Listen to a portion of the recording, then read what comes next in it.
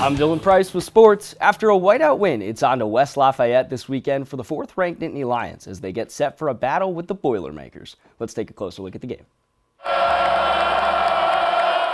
The Nittany Lions are coming off a 35-6 whiteout win over Washington, where the Huskies brought more bark than bite. Now Penn State is back on the road for the first time in 3 weeks and will try to stave off an attempt by the Boilermakers to be Spoilermakers. Tyler Warren again starred last Saturday, punching in 2 rushing touchdowns while adding 8 receptions for 75 yards. Coach James Franklin says his campaign for award season continues to get stronger. It's not even a question that he's the best tight end in college football.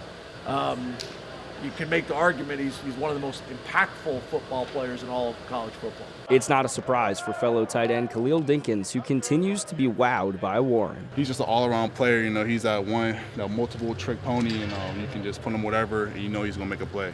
We'll see him in the league. Can't wait for him to do big things up there. While Warren may be playing on Sundays soon, Penn State is ready to take on a Boilermakers team that's 1-8 and had tough sledding in Big Ten play, with a conference worst mark of 0-6. Questions surround the availability of Nick Singleton after the running back left in the second half of last week's game, but Franklin says he's confident Singleton will be good to go. The Nittany Lions stand at 8-1 and 4th in the new college football playoff rankings, but Franklin still has more he wants to see from his squad. Last week we played as good of a first half as I think we've played.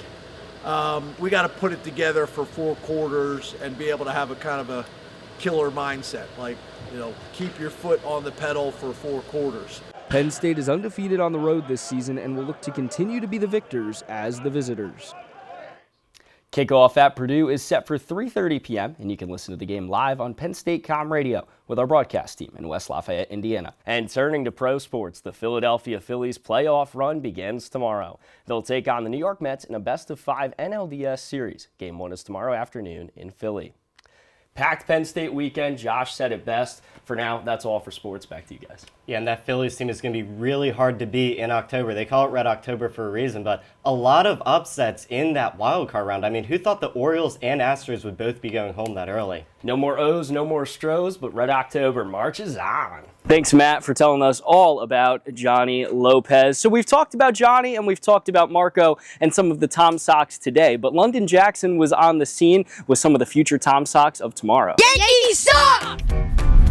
Thanks, London. Now, after 55 years have passed since the 1969 Woodstock Festival, the Tom Sox, well, they did an iteration of it of their own. Here is all about Tom Stock from Gigi Jones. Sam Mumma. Sam, thanks for joining the show. Of course. So here's how this is going to work. Going to ask you a couple questions in between bites of 3 wings here. We're going to go up. It's progression in heat from one that's Buffalo Ranch, then something called Golden Fire, and then Blazing. We're doing our variation of the B-Dubs wing challenge here. But you ready? I think we just dive in and take a bite. I'm ready. Let's get me a little bit here. All right, Sam, I thank you. I don't think that was that bad. It was pretty bad. It was pretty bad. Pretty bad. What's up, Tom Sox Nation? Welcome back into Tom Sox TV for a new segment we're going to call Puttin' with Price. It's a bit of a competition. We're going to play a couple holes of mini golf here between Virginia Tech's Ethan Gibson, Coastal Carolina's Chase Striker, myself, Dylan Price, and George Armengol. Oh, wow. There we go. I'm going to step aside. You're going to have to figure something out, man. We ain't got all day. Absolutely no feel out of you.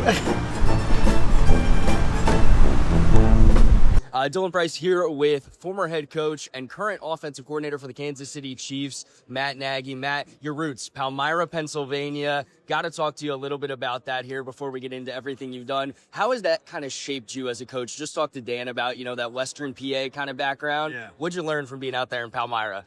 Yeah, it was great. It's Chris Pope was the head coach at Palmyra when I was there, and being from Lancaster and Manheim Central and having the Eastern PA roots you take a lot of pride in that. It's football. It's a football state. A lot of bragging rights, whether it's a Western or Eastern type of better high school football state, which we joke a lot about. But Palmyra was a lot of fun. I had a lot of great coaches and players that were there for a couple years, and I really enjoyed my time with Chris Pope, who I think is a great person. We still stay in contact to this day, and that's where it all kind of got started for me, was high school football. It was fun to coach those kids and to see them now as their high school coaches and fathers, and that's what it's all about, is impacting people.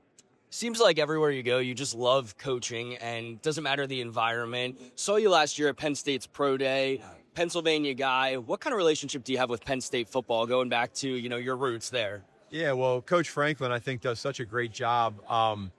It's one of those deals where you never want to forget your roots. And so I was really excited to be able to go back to Penn State last year and meet their staff. And Coach Franklin actually recruited me many, many moons ago when I was a high school player at Manheim Central. So it's crazy how that goes, but you root for one another. And so really a lot of good guys on his staff, and I had a lot of fun, and you're always rooting for those guys. When you look back at those Manheim Central days, going to put you back in a younger Matt Nagy, what do you think you would tell yourself? I know that's kind of the age-old question, but you've been an NFL Coach of the Year. You've done so much. You're a Super Bowl champion. What would you tell your younger self?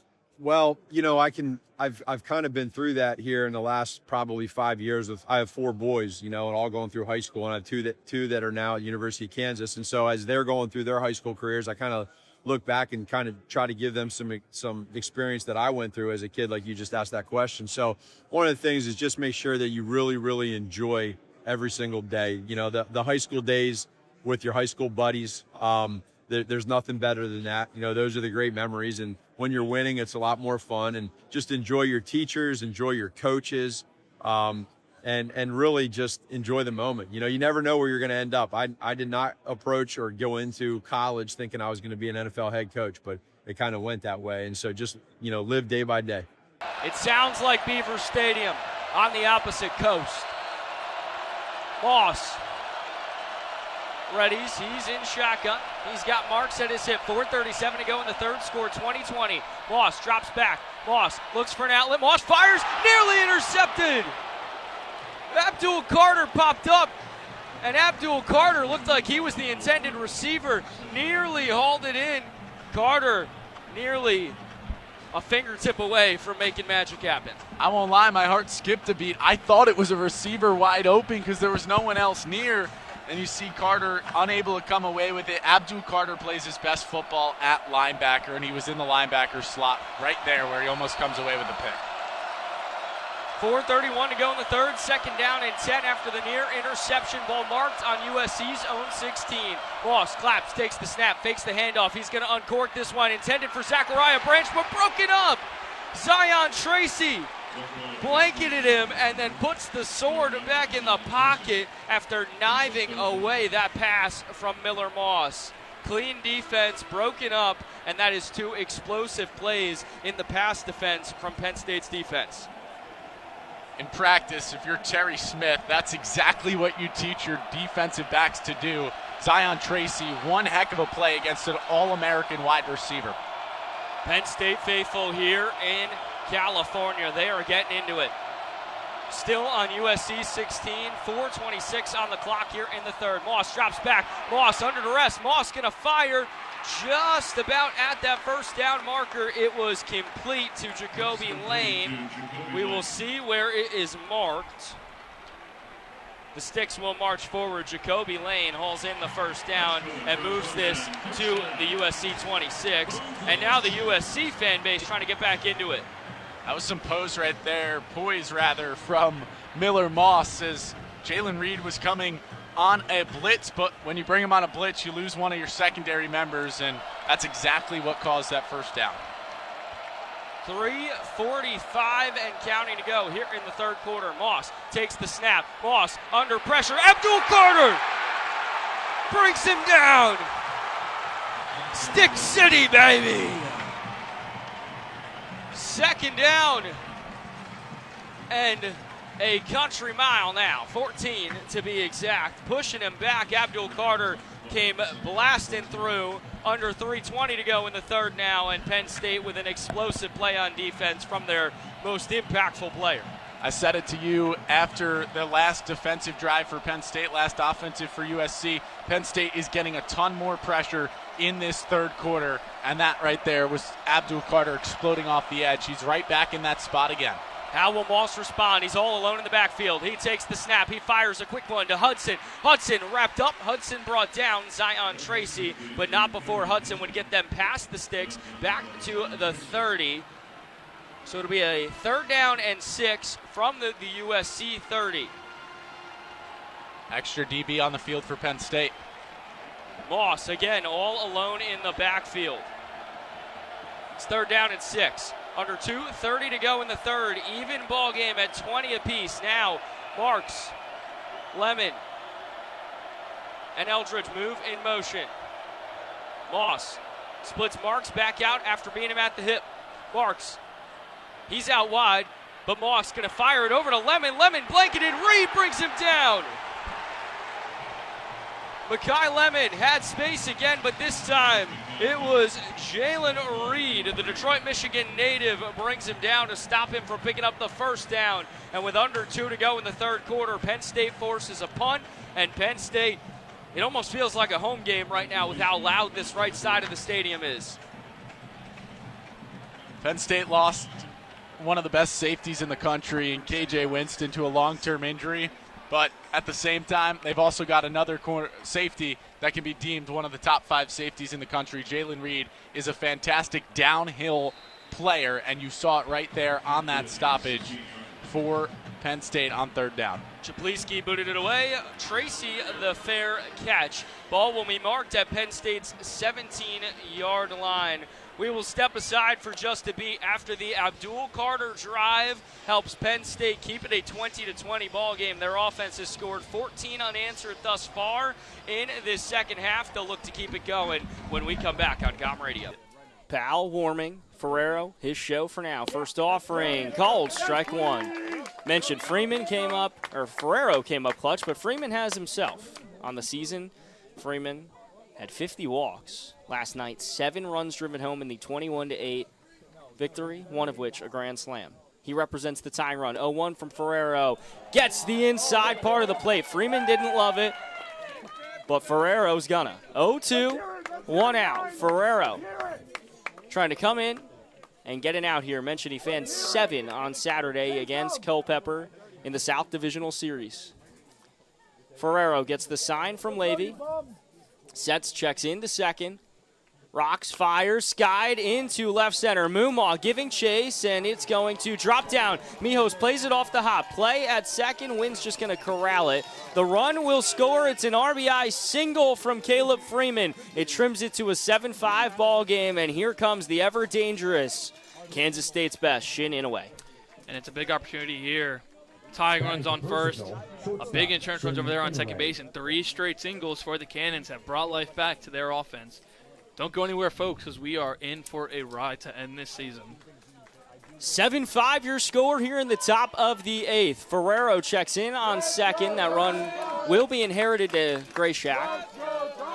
Tom Sox champ breaks out here at Willie T. Barnett Field. Ferrero winds, fires, gets the outside corner on Inouye, and that's strike number 1. Ferrero stares down Inouye. The biggest matchup of the night. As the tying run now on the base pass, it's Caleb Freeman from Georgia State. Ferrero rocks, fires Inouye, sliced down the third base side, just sails foul by the skin of its teeth by a stitch or two. Inouye just missed history. And that would have probably tied the game up, Dylan. With the way the speed is on the bases right now, Freeman can have the wheels. But now it's an 0-2 count for Ferrero, and he needs to get this out here, because up next is another righty coming up in Lee, who'll take his first at-bat of this championship series. 0-2 incoming. It's Ferrero on Inouye. He sets, checks in at second, kicks the leg, fires, caught on and missed. The Puppet Master plays the strings. Caden Ferrero, a big strikeout here in the top of the 8th. And just watching wisely is Strickland and Tomlin at the top of the Tom Sox bullpen.